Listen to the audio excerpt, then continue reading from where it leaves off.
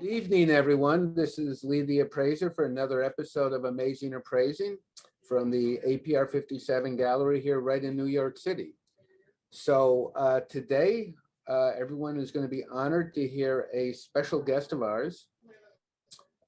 He has a very, very unusual hobby, and I have to say, through my 40 years of collecting various collectibles and appraising various things, I don't know if I've ever met anybody who does this as a real hobby. I mean, there are some people out there who might, let's just say, acquire things in the same way he might, but they don't do it on the quasi professional basis that he does.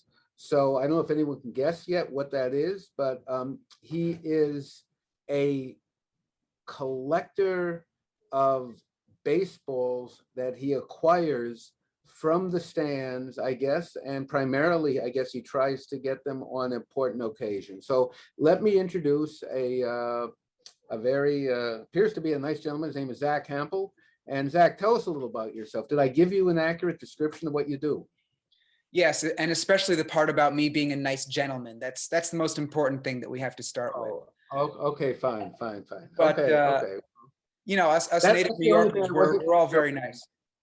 Okay, go ahead. So tell us a little about yourself as a youngster growing up. What got you involved in this very, very unique hobby, and go from there, please.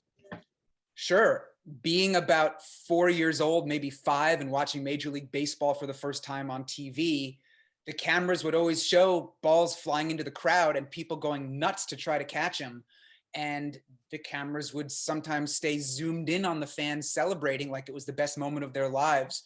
So the little kid version of me wanted to experience that someday, as I'm sure pretty much every kid watching baseball wants to. And it took me many years before I got my first ball at a game. And even then it was just a toss-up during batting practice at Shea Stadium. So nothing even close to historic or valuable, but it was still such an exciting moment for me that I wanted to keep doing it and doing it. And it took a number of years, but I started to develop some tricks and strategies to really maximize the numbers and my odds. And then I started going for more and more special baseballs after that. Mm-hmm. So let's see here, and you're 100% right. I have 2 boys of mine, and you know, I would say virtually every young kid that goes to the game brings a mitt with them, right? I mean, any kid that is that has a glove and brings it to them in the, you know, the small hopes that they can get a foul ball. And in your case, I guess you don't actually go for the foul balls. You actually go now for the home runs, right? I mostly go for home runs now, but there are some stadiums where it's really tough because of the configuration, how the stadium is designed, where the walkways are, the steps, the railings, how crowded it is, how strict security is. You know, if there's a Cy Young pitcher on the mound and it's about 38 degrees, I figure there won't be too many home runs hit. So maybe I will go for foul balls instead. Maybe the teams are using a special commemorative ball for that game only, honoring a former player who's getting his number retired, or, you know, it's the All-Star game or the postseason. And I'm more interested in getting any game used ball with that logo rather than holding out for a home run ball in the outfield, which with much smaller odds. So I'm always changing my strategy and moving around accordingly to the extent that I'm allowed to in stadiums. You know, some places are not that crowded and not that strict. I'll even buy sometimes tickets for multiple spots, you know, left field, right field, third base, first base. If I feel like security might stop me from moving around a little bit and I know where I want to be, I will splurge and spend the extra money. So as you can see, I am very dedicated to this, sometimes too dedicated, but ultimately it's a whole lot of fun. Mm-hmm. So let's see here. So you grew up in New York? Yeah, native New Yorker. My first game was at Yankee Stadium when I was 6, although I did grow up as a Mets fan.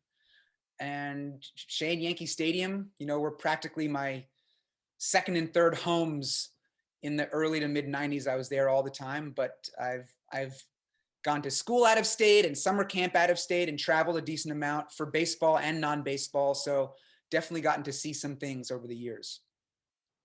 So tell me, what was the first, I guess, sort of unique baseball that you got? Do you remember that one, the first one? I remember in the early 90s catching a baseball, one of those Rawlings National League balls with the black stamping on it. And in big capital letters, it had the word BLEM, BLEM, stamped on it. And that was just, it was something different, and I didn't know what it was all about. And I figured maybe it was short for blemished in some way. And over the years, when I started to learn more and really study this and research it, I learned that Rawlings at their factory in Costa Rica sometimes makes baseballs that might have a misaligned stitch or two, or there's other very small imperfections which would render the balls in like not proper for game use, but all the specifications otherwise are fine. The weight and the size and all that stuff. So they're okay for practice. So Rawlings will sell those baseballs to teams at a discount. And nowadays they mark those balls with the word practice. So often if you're there at a game early, you catch a ball during batting practice, you might see the word practice stamped on the sweet spot. Way back in the day, it used to say BLEM on the balls. And that was really the first weird thing that I remember collecting. It was just so strange. And it was interesting years later to put all the pieces together. You didn't specifically collect balls with BLEM on them. Through your collecting, you had one or two, I guess, or the first one you remember, and then you researched to find out what it came from. But it's not like you collected them, right? No, I didn't right? specifically try to catch those. I would just go for as many baseballs as I get. And sometimes the logos are misstamped, or the balls are scuffed or gashed or smudged in certain ways. Just anything visually that looks different is interesting to me. Again, generally not seen as highly touted collector's items, but just as a young teen first getting into it and seeing the variations in baseballs that could wind up in the stands, that was very interesting to me early on. So tell me, what was your first most famous, or what you would say collectible baseball that you acquired, the first one, you recall? Sure, and I will just clarify to give my fellow collectors out there some credit. I wouldn't say that I'm the only one who does this. There are a lot of other guys out there who do the same thing to varying degrees. I seem to be the one who's taken it maybe to the greatest extreme. I've caught at least one ball at 59 different major league stadiums. I know that that's more than anybody else, but there are other guys who are very talented and very dedicated to this, who have many, many baseballs, including some historic home runs to their name. So just want to shout them out in the general sense and give them some credit. Would you say you were probably the first one to put this on the map, correct? Yeah, I'd say for the current generation, yes. There are some old school ball hawks who really made a name for themselves on Waveland Avenue outside of Wrigley Field in Chicago. Before those bleachers were expanded, it was much easier for home runs to completely fly out of the stadium. So there used to be a lot of action out there. And some of those guys were legendary back in the day. But I feel like the phenomenon of fans becoming famous, quote unquote, if even for just a moment, it's something that's really increased in recent years, especially with social media. I was the first person to write a book about catching baseballs at games, so that kind of put things on the map. But there were definitely guys who came before me who deserve a lot of credit. It's just interesting to see how this hobby has evolved and really taken off in recent years. And I suppose a big part of that is me and all my zaniness and now all the YouTube videos that I do. But I definitely want to give credit to all the other guys out there who are very much into this. So I would say, me as a appraiser and collectible dealer, for me, I would say this came to my attention, and probably I would say most of the public's attention, when you had the steroid era of Bonds, McGuire, and Sosa hitting these balls on a daily basis, and the fans clamoring for them, and you hearing at that time some prices that are being thrown out over there. And to me, that's when I would say it put you guys or you on the map. Am I right about that? Definitely. Yeah. I mean, Yeah. the home run race of 1998 was just nuts. And the most expensive baseball of all time, as you know, is McGwire's 70th and final home run from that season in 98, which sold for about $3 million. I think it would be less today because of the steroid controversy. And I just think maybe the market has come down a little bit since then. Yeah, I wrote a book called The Baseball, in which I compiled a list of the top 10 selling baseballs of all time. So that was number one. And at the time, this book came out about 10 years ago. The number 10 ball on that list was, I think, Barry Bonds' 715th career home run, the one that put him ahead of Babe Ruth on the all-time list.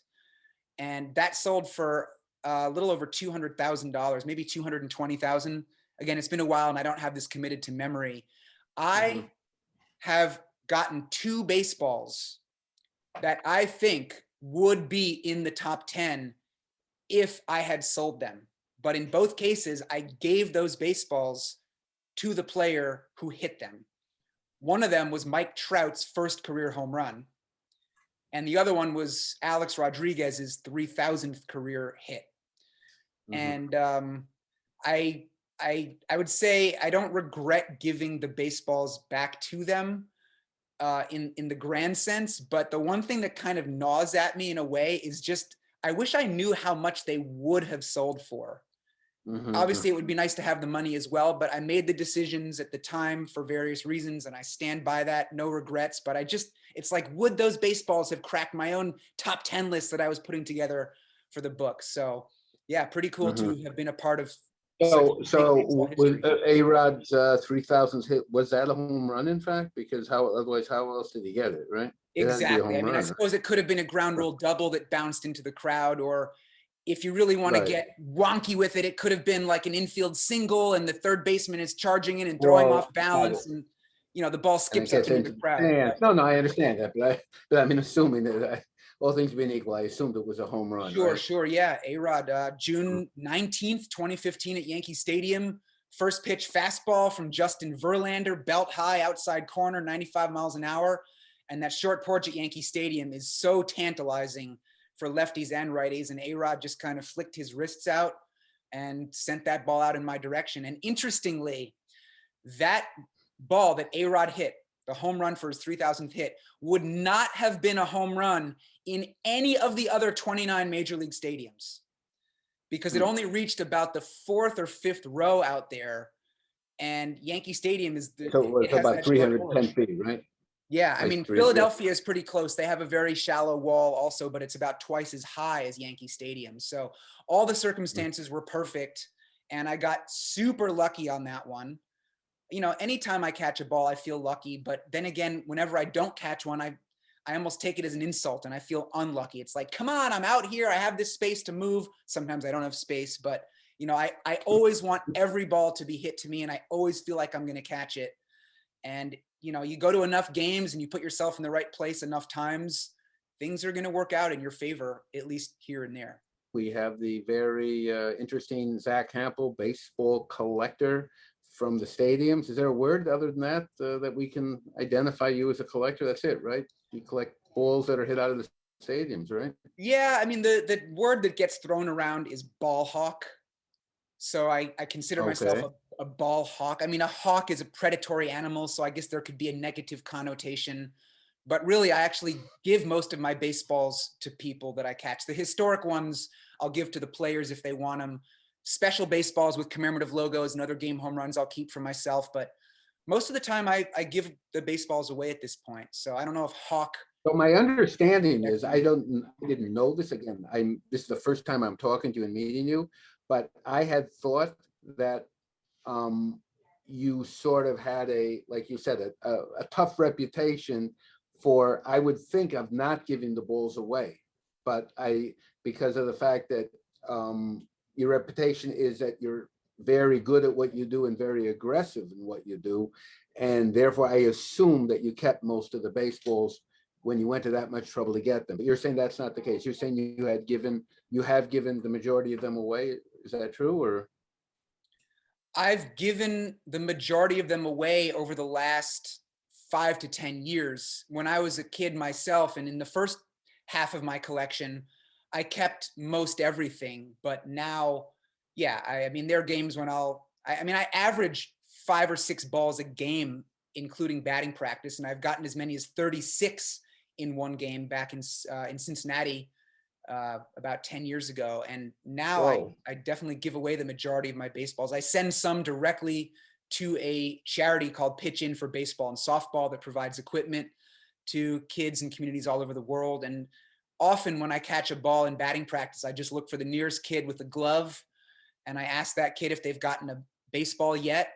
And you'd be surprised, a lot of the time they say yes. So I try to give baseballs to the kids who are trying hard on their own but haven't yet come up with one. And is this typically when in batting practice? You're typically where? I mean, are you in the outfield or where are you typically? yeah, the outfield is definitely the place to be. I'm going for home runs, but also toss-ups as well. Things are going to look a lot different this year with COVID and different rules and regulations. The stadiums are probably going to open up later, and I'm not sure if fans will get to see batting practice, but in a normal season, I try to get to the stadium an hour before the gates open. I'm the first in line. I run in. Sometimes you can find baseballs in the seats that have landed just before the fans got in, before the ushers can find them. We call those Easter eggs. Sometimes you'll find as many as half a dozen of those, and it's just off to the races. I would not say that I'm aggressive doing this. I would say that I'm very passionate and determined, but I'm extremely careful and aware of everybody around me. I've never knocked into anyone doing this, despite the fake news that's out there on the internet. I always tell people, come watch me for 5 minutes or for 5 years, and you'll see that it's nothing but good vibes. Stadium security is cool with me all around Major League Baseball, fans as well. All of my interactions in person, I mean, like 99.9% are positive. There's some haters online. I try to tune them out, but it's just a really fun hobby overall, and I try to give something back to the baseball world while running around and having my fun. Let's see here. So I'm what I consider to be a real fan, and based on that, I have a very strong negative connotation to anybody that obviously took steroids their whole career or partial their career. I'm with you. No, this has no effect you whatsoever. I just like, in our gallery, so, we bought an estate the other day. So they had some very beautiful pictures and photographs and posters and lithographs. So there was one poster there of Barry Bonds, Mark McGuire, and Sammy Sosa, all signed by them, Three Musketeers, yeah. I just, I think, I mean, as much as you despise them, or a lot of people do, I think it's all falls on the commissioner. I could not stomach when Bonds when he broke Hank Aaron's record, and that the commissioner clearly had twisted Hank Aaron's arm to be there and to, acknowledge and promote this fake record in all of sports. I mean, I just felt, how he could get Hank Aaron to do this when he knows what was going. I mean, the average person on the street, the average person in the bar knew exactly what was going on. How could the commissioner let this charade ruin the game? I mean, it's just ridiculous. You're going to have this debate going on for years in the future, whether these guys should be allowed in the Hall of Fame. I mean, how can you possibly say that, well, you know what, he probably would have made the Hall of Fame if he didn't take drugs? I mean, that's insane. I mean, how can you say that about A-Rod? A-Rod, right? I don't think he has clearly taken it his whole career. His whole career before he got into the league. I mean, I think he said his, whatever it was, his first coach said one summer, I remember very clearly, right? One summer he I guess he like blossomed and, gained 50 pounds. He was 190 and then he comes into training camp at 240 or something like that. It was just crazy, right? It was 18 years old or something. Yeah. So I agree with you. I'm very, very anti-steroids, and any player who's been proven to have used steroids, I actively dislike. mhm. And I mean, it's almost like it's a sin to say anything bad about Bartolo Colon, but like, I don't understand the love affair with this guy. He was a steroid guy. And it's like, because he's overweight and he looks goofy and his helmet falls off his head. Like, people love him and he pitched till he's 45. Yeah, because he used steroids. Like, I don't understand the love for Bartolo or for any of these guys. If I were the commissioner, there would be a much bigger penalty for the first time, and the second time you'd be out. Right. And yet I caught a Barry Bonds home run. I caught his 724th career home run at Petco Park when the Giants were visiting San Diego in 06. I mean, that's a very prized possession of mine, but it sucks. He's a steroid guy. Yeah. Right. So I never, okay, so let's see here. So tell us what stadium is the most difficult to catch balls in? You mentioned Wrigley Field now, but which stadium would stand out to you as the number one stadium? Well, there's a few that are really tough. I think Busch Stadium in St. Louis is way up there as far as the place where I'm going to struggle the most, maybe right now, to put up numbers. They don't open the stadium very early, so you don't see much batting practice. It's always crowded. The outfield is very segmented. You never really have more than 2 or 3 sections where you can run across the seats and reposition yourself. The bullpens are right in the power alleys and swallow up a lot of home runs. So I struggle a lot there. San Francisco is tough. The layout of the stadium is brilliant. There's walkways all over the place, but it's always crowded, and there is a culture of ball hawking there. I mean, every game there's 100 grown men who show up with gloves who are very competitive about catching balls. Even in batting practice, any home run that lands, it seems like there's 6 gloves all reaching up in the same spot. So that can be tricky. Citi Field is tough. Terrible, terrible configuration out in right field. It's almost impossible to catch batted balls. They have all those restaurants out there, don't they? In the outfield, right? Yeah, the whole thing with Citi Field is no matter where you are, you're separated from the action. In left field, there's a party deck down in front, which is basically inaccessible to the normal fan. In right center field, you have a huge gap between the outfield wall and the stands. You're like 420 feet from home plate. There's bullpens out in right center that swallow up the balls. Straight away right, you have this little fancy club with netting over it. You have the overhang of the second deck that blocks home runs. It's such a pain. Even in left field, there's an overhang. So a home run isn't really going to land more than 6 or 8 rows back. So it's like, if the stadium is only half full, fans are going to be in the front few rows. And yet you need those front few rows to be empty to catch a ball in left field. Because if you play deep, like I said, it's going to go upstairs to the second deck. But it's so far to reach the second deck in a way that it's not worth playing up there as your main strategy. So, it's a cool stadium overall. It's a pleasant place to watch a game. But for what I do, trying to catch balls and move around, security is so strict there. It's actually pretty low down on my list of places that I would choose to go if all things were equal. Do you collect anything else, by the way? I do. I've gotten well over 1,000 autographs at games over the years, mostly on ticket stubs, which is becoming harder and harder as tickets become electronic. So that's a specific collection that's unfortunately for me fading away. Of course, I could get other things signed, but I love tickets. I've also gotten, I think, 13 baseball bats from players at Major League stadiums. I've gotten a few dozen lineup cards, either, handed to me by a coach coming off the field. I even got one from an umpire. Sometimes from the bullpen, they'll peel one right off the wall at the end of the game. I've gotten batting gloves. I've gotten some wristbands, baseball caps, especially the last day of a season. If a team isn't going to the playoffs, players will take their hats off and throw them into the crowd. But now you have netting blocking the dugouts all over the place. So it's like, I don't even know how you can really collect that stuff anymore in most stadiums. So So everything, the netting goes over what? The top of the dugout. Is that what you're saying? yeah, just to prevent fans from getting drilled by line drives, which I totally get. Fan safety is very important. But again, if I'm just looking at it through the lens from my perspective as a collector, it's really tough. What I do is becoming increasingly difficult. There's more people who are fired up about it and into it, so it's more competitive, which I think is good. I think the competition makes it fun, but it just makes it harder also. And security is stricter and prices are increasing and there's netting all over the place. Players are less friendly now than they were a generation or two ago.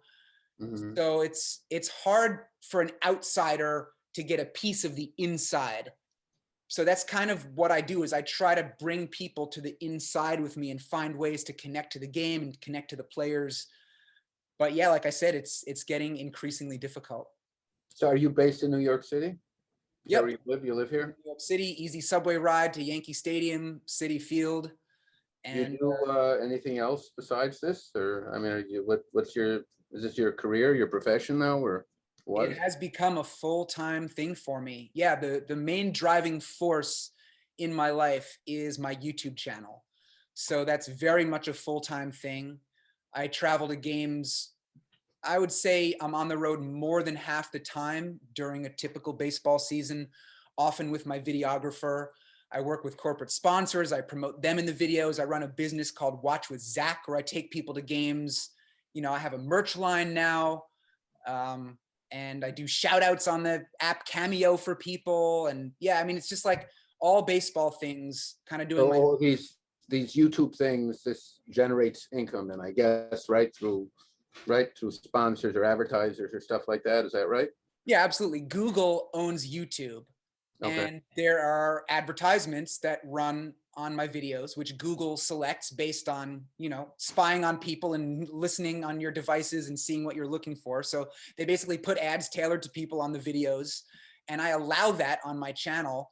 And so they're making money from the advertisers and they give me a portion of that money. So that's just basically how the monetization works. And just explain, Google will put an ad of somebody's on your channel without confirming with them prior that we're going to put it on Zach's YouTube channel, or how does that work? I enable ads to be put on the videos. You I have to. understand it, but does Google get, like, I don't know, let's just say Starbucks. Okay, I don't even know, but let's just say Starbucks is running an online campaign. They will allow Google to put it on your station without notifying Starbucks that it's going on your specific station, or they will say, listen, Starbucks will say, or Google will say, we feel your demographics are good for Starbucks, so they will do it on their own. Like Google will do it on their own, or they're going to get the authorization from Starbucks prior to them putting it on your station. I don't think they're reviewing a channel by channel basis, but I'm sure the big corporations would work with Google and say, we don't want to advertise on, let's say, channels that are showing firearms, or like if there's something controversial, they might not want to advertise. But, just like feel good baseball content, but, is probably not going to worry any advertisers. But then again, there's a lot of kids who watch my videos and my demographic is like 90% male. So, let's say a women's clothing company is probably not going to have their ads run on my channel, but Google knows that based on the I analytics. got everything is demographics. I got it. Yeah. I got it. And I will say that my videos generate more ad revenue because most of my viewers are in America.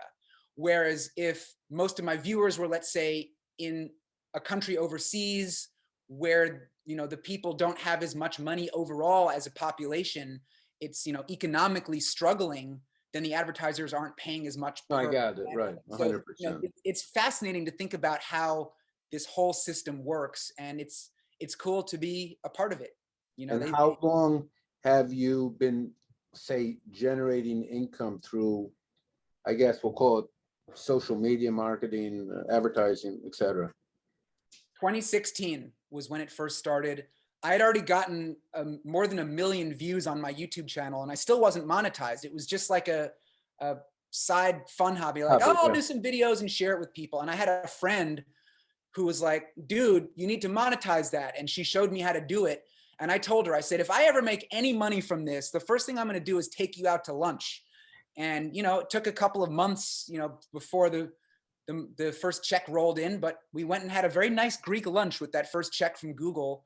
And, you know, it's definitely increased a lot since then. I mean, there are YouTubers who make millions of dollars, sometimes per month, on their videos. I mean, there's like some 5-year-old kid who opens up toys. I heard about that. He's the number one. He's Yeah. the number one. Sure. I mean, there are people who do, I mean, anything and everything. I mean, there's teenage girls who do makeup tutorials in their bedrooms. They're not hiring a videographer. They're not paying to travel all over the world. And they're making way more money than I am. Good for them. You know, like I found my weird little niche avenue that I've done pretty well in, but it's a grind for sure. All the travel I do, and I spend a lot of money to make these videos, but then it comes back to me. So it's definitely a weird existence. And what do you have? You have a full-time cinematographer, a full-time marketing person. What do you, part-time? What do you have, like a small staff of 2 or 3 people to help you? Well, I have one main videographer.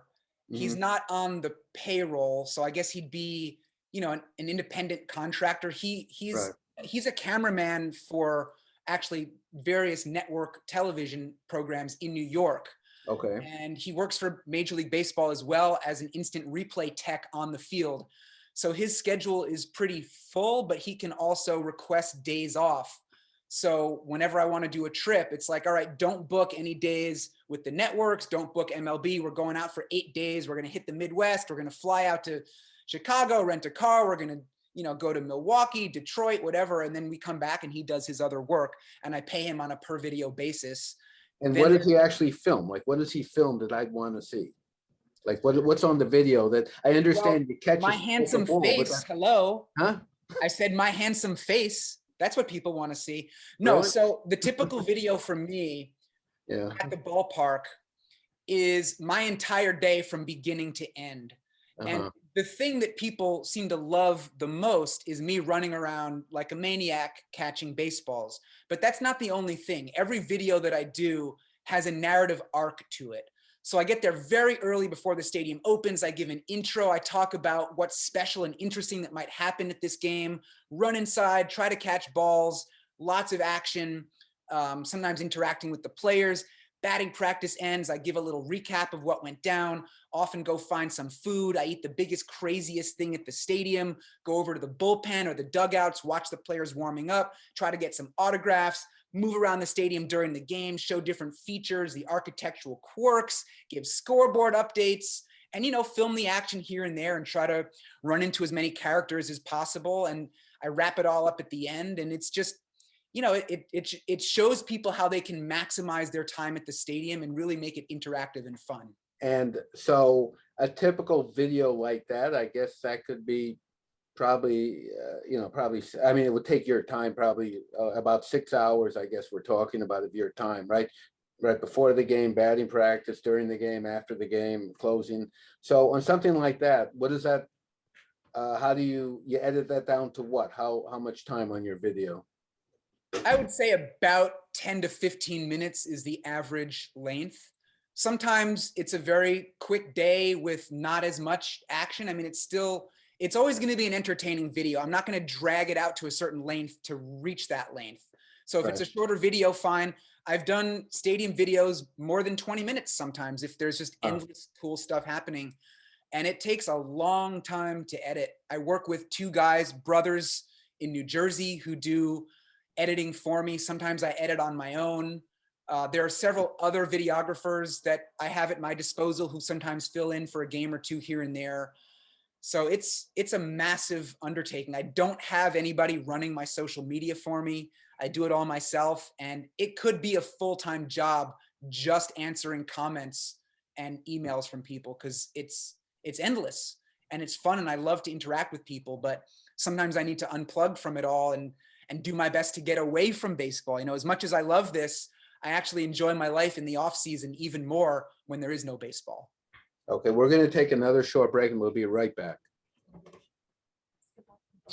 This is Lee, the appraiser, back with Mr. Zack Hample, telling us about his very unusual experiences. Ballpark to ballpark, Major League Baseball. Just a couple other questions, Zack. So my understanding is that sometimes infielders in particular will, when they scout the players and when they have a certain pitcher on the mound, they will play the player differently, knowing how he's going to pitch. Meaning, if he pitches primarily him outside, he's primarily going to, the guy will have to, he'll hit the ball to right field or something along those lines. You ever quote scout the pitcher and have an idea, play your position, play your fielding based on who the pitcher might be, or not necessarily? A little bit. Sometimes I'll look at the pitcher's fly ball to ground ball ratio before the game. And if I see that the guy has an extreme fly ball ratio, meaning the batters are typically swinging underneath the pitches, that might be a good time to actually play for foul balls behind the plate. If the stadium was built in a way that has some room to run, like Detroit, for example, Comerica Park, they have a walkway behind home plate that actually has lines painted on the pavement designated as standing room. So anybody can go and hang out there. So like when Verlander was on the Tigers, if he was pitching, I just knew that there'd be a ton of foul balls flying back. So I'll do stuff like that. But usually if I'm adjusting my positioning, it's based on who's hitting rather than who's pitching. I got it. Any unusual stories you can tell us about any famous athletes that you acquired over the years? Like anything like, any interactions with some of the players, any very unusual balls that you caught that you would say come to mind, circumstances? Well, one of the coolest interactions was having a press conference with A-Rod at Yankee Stadium. It's hard to top that, but maybe the most fun player that I've ever gotten to know was Heath Bell, who came up with the Mets and moved on to the Padres. He replaced Trevor Hoffman as the Padres closer, made 3 All-Star teams in a row. So he was at the top of his game for a while. When Heath was on the Mets weren't very good. Like in 04, 05, there was nobody at those games, especially 2.5 hours early when the stadium opened. So Heath got to recognize me. One time we played catch where I was in the stands and he was on the field, crouching like a catcher, giving me a target, calling balls and strikes. And he came over and asked me afterwards, he's like, dude, I see you out here all the time. What do you do with all these balls? But he was really cool about it. And he recognized me for years after. Whenever he was in a different city and I was there, he'd come say, hey. And it got to the point where like we are actually friends outside of baseball. I've stayed with him at his home in San Diego. We road tripped to the World Series in LA in 2017. And, he's just a super fun-loving guy. And it's refreshing to see a professional athlete willing to interact with a fan on that level. Not too many guys would do that, but Heath is a special breed. And we're Very still, cool. I just love the guy. So that's just one of many examples. I'm on a first name basis with Mike Trout also. Whenever he sees me, that's fun. Well, you gave him that first ball. That's got to be yeah. But it's like strong opening statement, right? Yeah, I feel like I would rather meet the worst Major League Baseball player than the best like A-list celebrity in Hollywood, because for me, like that's my world and that's special. And there's still the little kid in me that looks up to these guys, even though I think I'm probably older now than anyone in the major leagues, which is very disappointing. I don't know if Fernando Rodney is going to pitch this year, but that's about it. So didn't Bartolo get a is Bartolo in the bigs this year? I haven't heard about that. I don't know. I think he had an opportunity. I don't know. Somebody invited him to spring training, I think. I don't know where he's holding right now, but I think he was invited. He wanted to pitch another year, and I don't know, but yeah, I'm basically older than all these guys, but I still look up to them. And now I have a lot of players who recognize me, which is weird. Like players will come over and they're like, I watch your videos, here, put this on camera, and they'll throw a baseball to me. Like I'm always going to get a kick out of that. And I just feel very privileged and lucky to be in this position that I am, where I basically get to go to baseball games for a living and film videos. It is a ton of work, but it's fun. And this really is a dream job. And it's cool to just meet so many people in the process and get to see and do so many cool things. Awfully cool. Anyhow, so I we'll be right back in just one more second. Okay, everyone. We want to thank, we have Mr. Zack Hample here, the baseball collector extraordinaire, who's been telling us a little about his experiences and video channel and everything else he's been talking about. I want to give a special shout out to a very close friend of mine, Joe Schick, who suggested I call Mr. Zack, as well as a couple of other guests. He's in the process of producing a movie about the Six-Day War in Israel, and I'm wishing him the best of luck on that. Anyhow, Zack, so I want to thank you very much for speaking to us, and I'll make sure that I look at a couple of your videos. I haven't had the chance to do so, but I will do so. And do you know much about sports trivia, by the way? I used to be great at it when I was a kid. Lately, not so much, but I would say baseball trivia, not sports. Baseball trivia is one trick pony. It's all baseball for me. Why? What do you got? What do I got? Let's see here. How about the only player to lead the league in triples and home runs the same season? Ooh, I like that. Oh man, it's probably got to be a long time ago. I mean, could that even have been Babe Ruth, I wonder? Or maybe No, it wasn't that long ago. And it came up a couple years ago when he was nominated for the Hall of Fame, and when he got in there. And I think this was one of his very few records that he has. Well, I know George Brett had a crazy season of hitting triples. I wonder if it was him. But he never led the league in home runs. I mean, he was a home run hitter, but yeah, not. No, I don't think he had. Do you think he had ever over 35 ever? No, 30 maybe. I don't Did he even hit know. about 300 in his career? Yeah, Brett, of course. I would say Brett averaged I would guess 320, but he was never a home run hitter. He choked up on the back quite a bit. Don't you remember the tar incident, right? I meant hitting about 300 home runs in his career. Oh, yeah, but he played like almost 20 seasons. So, I mean, that's wow. Lance Johnson never led the league in home runs. I'll give you a hint. You should get this. You know why? It has nothing. He was not a fast guy. And the only reason he has this record has to do with the fact that it was in the stadium he played. Huh. Well, I mean, Tiger Stadium was 440 to dead center. Oh, wait a second. Maybe Colorado, because those gaps are so expansive. It was Larry Walker? It was the stadium that's most conducive for triples. And it's not Wrigley Field. I wouldn't think of Wrigley as a triples paradise. It's not paradise, but they're the only stadium that has the rule that a ground rule triple, you know what that is?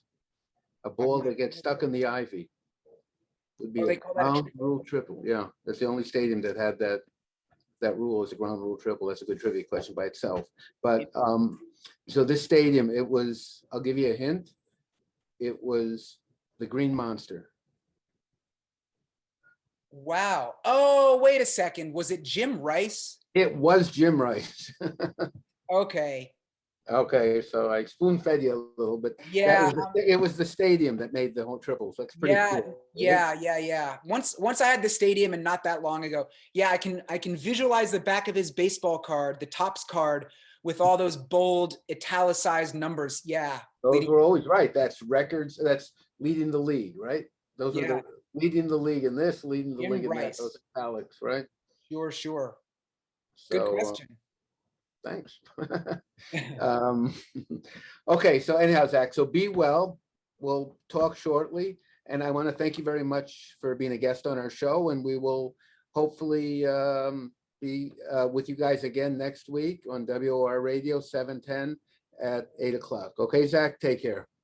Hey, same to you. Thanks for having me on. Okay, take care. Good night. Bye. Bye, Zach. Thank you for coming.